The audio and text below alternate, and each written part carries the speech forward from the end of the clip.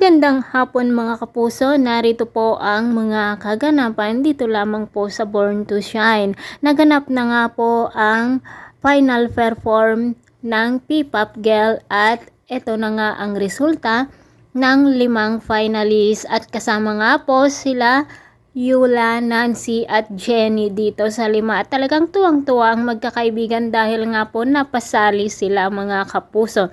Samantala, hindi naman tanggap ni Megan na nakasali si Jenny dahil nga kahit gumawa siya ng paraan para hindi makapag-perform si Jenny ay kinaya pa rin ni Jenny ang mag-perform kahit na nadulas siya dahil nga dito sa oil na pinalagay ni Megan sa kanyang kaibigan dito sa daanan ni Jenny.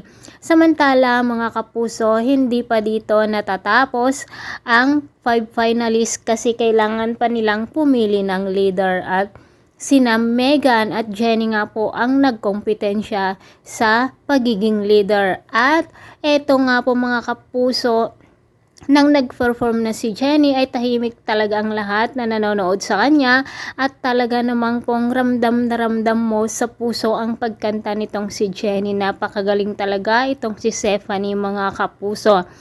At talaga namang pong naantig ang lahat ng manonood pati ang mga coaches kung kaya't sila na nga ang pumili at si Jenny nga ang magiging leader ng P-Pop Girl. Hindi matanggap ni Megan na si Jenny ang magiging leader dahil ngang alam niya ay siya na nga talaga ang leader. At may isang lalaki naman na nagsabi na bakit si Jenny daw ang naging leader, naggitara at pag-awit ang kanyang kinanta, dapat daw si Megan.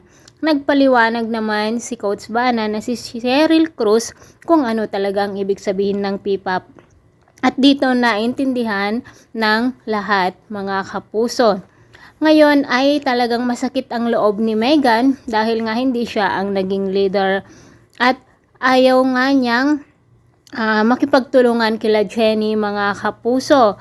At nang hawakan ni Jenny ang kanyang kamay, winagting ito ni Megan at ito nga na itulak nga ni Jenny si Megan na hindi sinasadya at nakita nga iyon ni Amelia mga kapuso.